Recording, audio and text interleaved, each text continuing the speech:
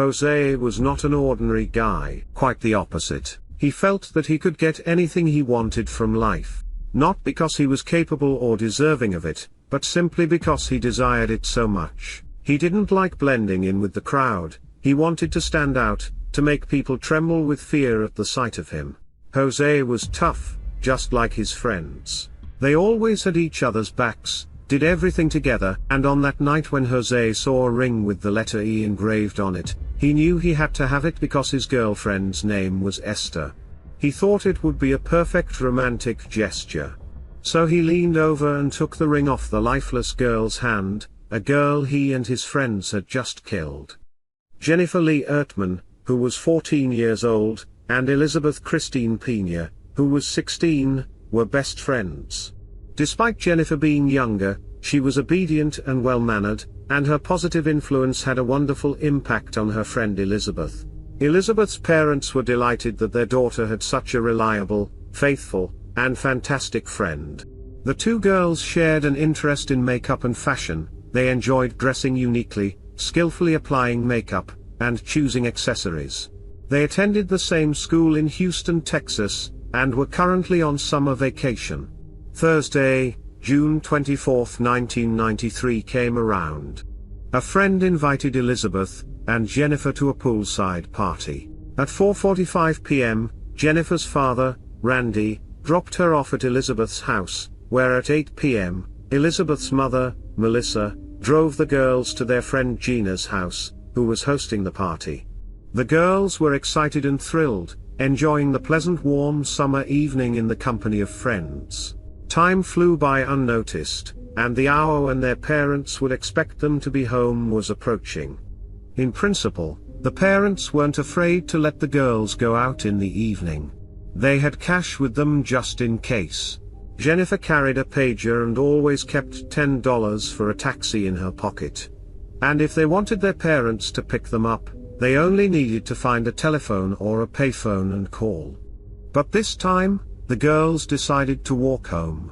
As they said their goodbyes to all their friends, the clock struck 10:45, and they were feeling the pressure of time. The girls had two options for walking home on foot. They could have taken the usual route by walking along the boulevard and turning onto the street leading to Elizabeth's house. This path would have taken them about half an hour. On the other hand, the park offered the possibility of saving 10 to 15 minutes. Despite their concerns about being late, they decided to go through the park. The route involved walking through the park, crossing a railway bridge, following a path, and eventually arriving at Elizabeth's house. Of course, at night, this route was dark and secluded, a place that teenage girls should avoid. However, many teenagers in the city casually used this shortcut. On the same night, Sandra Ertman woke up around 4 a.m. and noticed that the light in Jennifer's room was still on, which was unusual. Usually, when Jennifer came home, she would always turn off the light to let her parents know she had safely arrived and was going to sleep.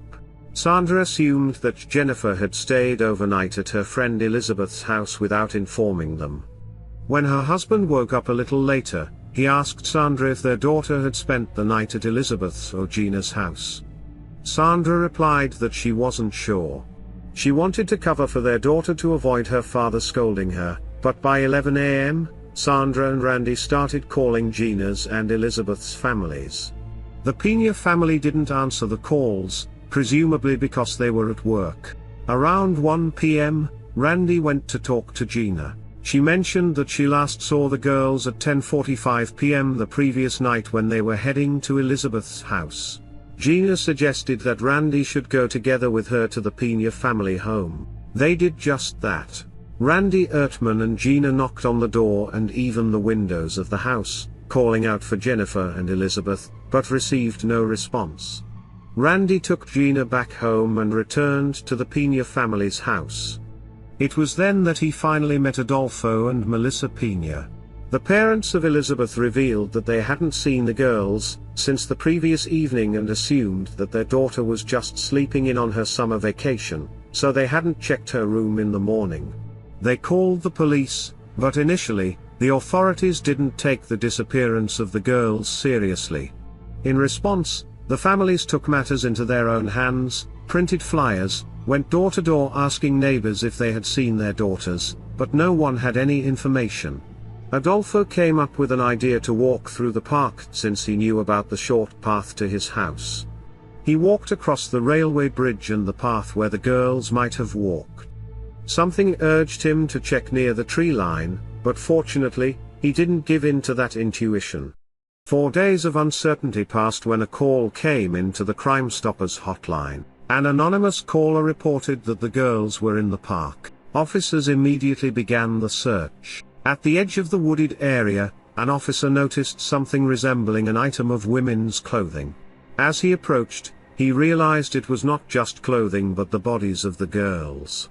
The victims were lying on their backs just a few meters apart, naked, and their bodies had already greatly decomposed due to the summer heat. Insects were present, making it even more difficult for even experienced police officers to look at the bodies. Initially, they wanted to keep the horrifying find hidden from reporters and the public, but the news spread rapidly. Randy Ertman was speaking with journalists about his daughter's disappearance when a reporter informed him over the radio that the bodies had been found in the park. Randy persuaded the reporters to take him to the park. Police officers had to restrain him as he attempted to break through the police tape, shouting, "She has light hair, tell me one of them has light hair." He only stepped back when a detective told him that he couldn't provide any information yet, and needed Jennifer's dental records. It was then that Randy understood the officers were trying to shield him from the sight of the bodies, an image he would never be able to forget. Dental records confirmed that the bodies found in the park belonged to 14-year-old Jennifer Ertman, and 16-year-old Elizabeth Peña. The cause of death was strangulation. Several shoe prints were discovered around the bodies, indicating that there were multiple perpetrators involved. Now, when the girls were found, the police were determined to find those responsible for their deaths. Although it was assumed that the call to Crime Stoppers could be entirely anonymous, the police traced it back. The call led them to the home of the Kent family. The homeowner, Joe Kent, admitted to making the call. He listed several names and claimed that these individuals were the ones who killed the girls. Among them was his own brother, Peter Kent. The police searched Peter's room and found jewelry belonging to the girls, which confirmed Joe's statement. But what exactly happened that night? So, Jennifer and Elizabeth decided to take a shortcut through the park because they had promised their parents to return before the designated time. It was around 11 o'clock, and the park was not a particularly safe place for two young girls at that time. Nevertheless, they walked through the park and encountered two young men. The guys' names were Frank and Roman Sandoval. They didn't say anything to the girls, didn't attempt to harass, shout, or whistle at them. They simply passed by. It would have been wonderful if they had told Jennifer and Elizabeth about the gang meeting taking place in the park and advised them to turn around and go in a different direction. That would have saved them. However, the brothers just walked past. Soon after, they heard a woman's scream. Did they realize what was happening? Yes, of course, they did. But they didn't do anything. They just left. The twin brothers, Frank and Roman, had just attended a ceremony for initiating a new gang member, which was held in the park. 6 young people aged between 14 and 18 took part in the ceremony. Essentially, they were all teenagers. The participants included 18-year-olds Jose Medine, Derek Sean O'Brien, and Peter Kentua, as well as 17-year-old Efren Perez and 14-year-old Venancio Medine, the younger brother of Jose. The new 17-year-old gang member whose initiation was taking place was named Raul Villarreal. So, besides the Sandoval brothers, the 6 teenagers gathered in the park to initiate the new gang member. The initiation was quite peculiar. Raul had to fight with each of the guys for 5 minutes. He didn't succeed entirely, but they accepted him nonetheless.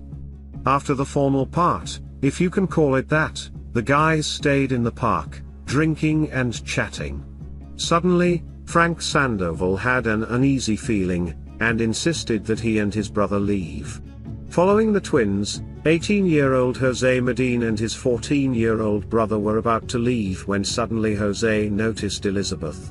He attempted to grab her chest, but she pushed his hand away and wanted to continue walking.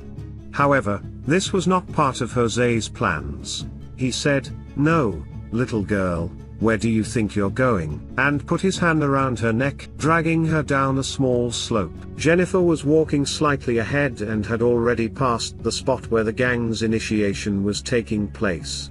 She had every chance to escape and save herself, but upon hearing Elizabeth's cries, she rushed to help her. Not many would have intervened in such a situation, but Jennifer acted exactly like that. She saw only Jose and thought that she and Elizabeth could handle one guy together, giving her a real chance to save her friend. She probably didn't suspect that there were 5 more teenagers down the slope. So when Jennifer rushed back to Elizabeth, other members of the gang grabbed her and knocked her to the ground. The guys forced the girls to take off their clothes and underwear, and for the next hour 5 guys in turn, and sometimes at the same time, mocked Jennifer and Elizabeth. 14-year-old Venancio Medellin watched in amazement. Later, he will tell how the girls fought off their attackers. Jennifer bit the assailants, while Elizabeth kicked the air and screamed. They were, of course, weaker than the 6 teenagers, the boys, but they still did everything they could to escape. During the attack, the victims often looked at each other, which made them cry even harder. At first, Elizabeth didn't cry, she was more in anger. However, seeing what the boys were doing to Jennifer, tears started streaming down her cheeks as well. The boys approvingly patted each other on the back when they switched places and crudely insulted the girls. Even Jose dared to ask Elizabeth for her name and phone number while mocking her. 14-year-old Venancio Medellin watched the attack in horror. When he asked to hang out with his older brother, he probably didn't expect anything like this. He also didn't want to participate in the relentless abuse, but he feared the other boys. So, after their instructions, he also mistreated Jennifer. It is reported that he was the only one who asked his brother and Peter Kent to release the girls, but Peter whispered to him that they saw their faces and could identify them. The leader of the group, 18-year-old Peter Kent, declared that they must not allow the victims to be identified later. The newcomer, Raul, yelled at Jennifer, ordering her to kneel. He and Sean O'Brien began choking Jennifer with Sean's red shoelaces. But they tore apart, and they had to finish what they started with the girls' shoelaces. Elizabeth, who was forced to witness Jennifer's murder, pleaded with the boys to spare her, offering to give them her phone number so they could meet up and hang out if they let her go. She did and said everything she could to save her life. However, it didn't work, and Elizabeth made one last, desperate attempt to escape. Unfortunately, she was intercepted. Peter Cantu always boasted about his steel-toed boots. It was with those boots that he attacked the girl, breaking her ribs and knocking out several teeth. Then, Peter, Jose, and Efren strangled Elizabeth with shoelaces. At that moment, they noticed Jennifer was still alive, and they started stomping on the victims' bodies and necks to ensure their demise. It was a monstrous murder of the girls, who simply wanted to take a shortcut so their parents wouldn't scold them. Without a shred of remorse, the killers divided the spoils, the few pieces of jewelry that belonged to Jennifer and Elizabeth. They even took the watch with Goofy, a Disney character that Jennifer liked. On the first ring was engraved the letter E, and Jose took the ring to give it to his girlfriend, Esther. After committing the crime, several boys went to Peter's place, where his brother Joe and his 16-year-old wife, Christina, were present. Christina noticed that they were covered in blood, disheveled, as if they had just been in a fight. They threw the bloodied items at her and ordered her to get rid of them. Christina asked what had happened, and Jose replied that they had just had some fun. Then they began relishing the details of what they had done, showing enthusiasm and boasting, without any sign of remorse. It disgusted Christina and Joe to hear this, but they pretended that everything was normal and silently listened. Christina herself had been a victim of violence in the past, and the actions of the gang deeply affected her. When the boys left, She told her husband that he should call the police anonymously. Joe was hesitant because it wasn't just about his brother but also about the other gang members who could seek revenge against him. However, Christina couldn't bear the thought of the girls lying in the park without their families having a proper chance to say goodbye to them.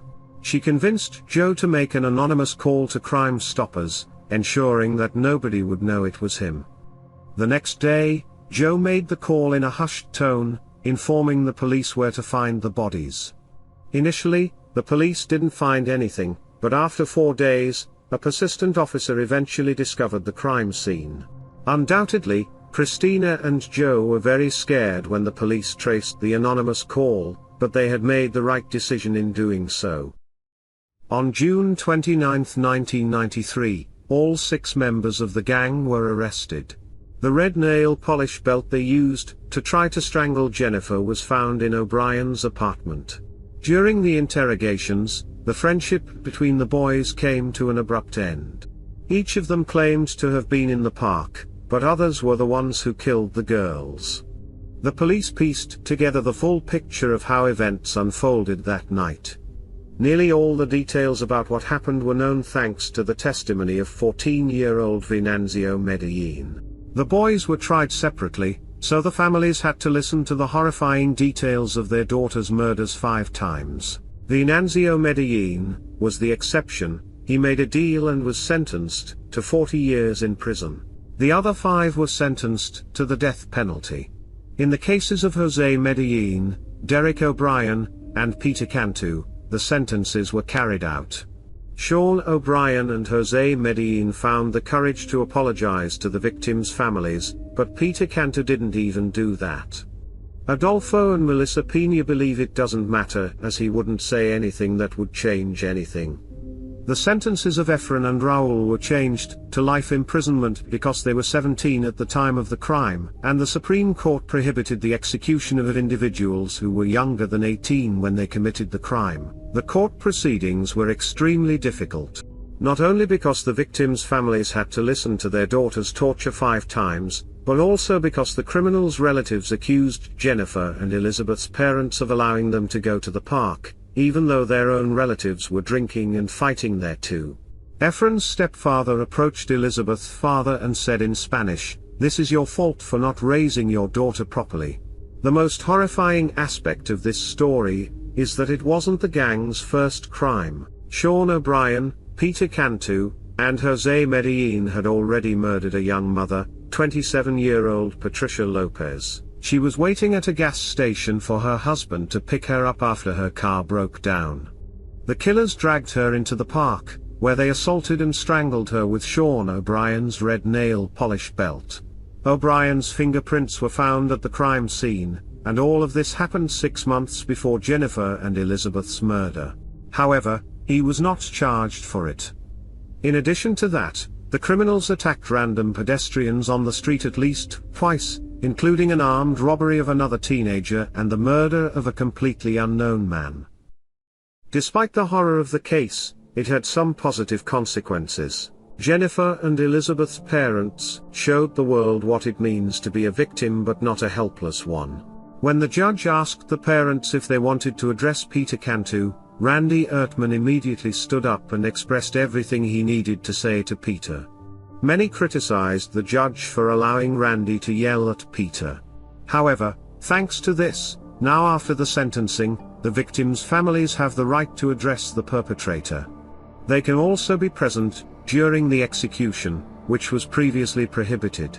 The families of Elizabeth and Jennifer visited the executions of the 3 killers. The families continue to fight for justice to this day. All 6 convicts appealed their sentences. Venanzio was denied parole 5 times, and each time the families met with the judges to prevent his release. Randy said, "I want this man to sit in jail for the rest of his life. I want this piece of crap to die in jail, and I will do everything in my power to keep him in jail. Do you want him as your neighbor? Do you want him living next to you?" Jennifer and Elizabeth had no choice. He had a choice. He could have walked away, but he didn't. Unfortunately, after his daughter's murder, Randy tried to find solace at the bottom of a bottle. But after 5 years, he pulled himself together, quit drinking, and started the path of healing. He and his wife moved away because everything in their hometown reminded them of their daughter. In 2014, at the age of 61, Randy Ertman passed away from lung cancer. Jennifer was his only daughter, and he fought not only for her but for the other victims as well. Thanks to him, other victims' families now have more rights and opportunities.